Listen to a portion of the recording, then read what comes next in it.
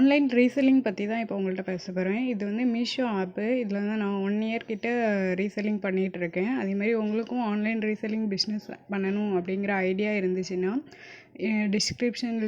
டிஸ்கிரிப்ஷனில் மீஷோவோட லிங்க் இருக்குது. என்னோடய ரெஃபர் கோடு வச்சு நீங்கள் வந்து டவுன்லோட் பண்ணிட்டீங்க அப்படின்னா யூஸ் பண்ணிக்கலாம்.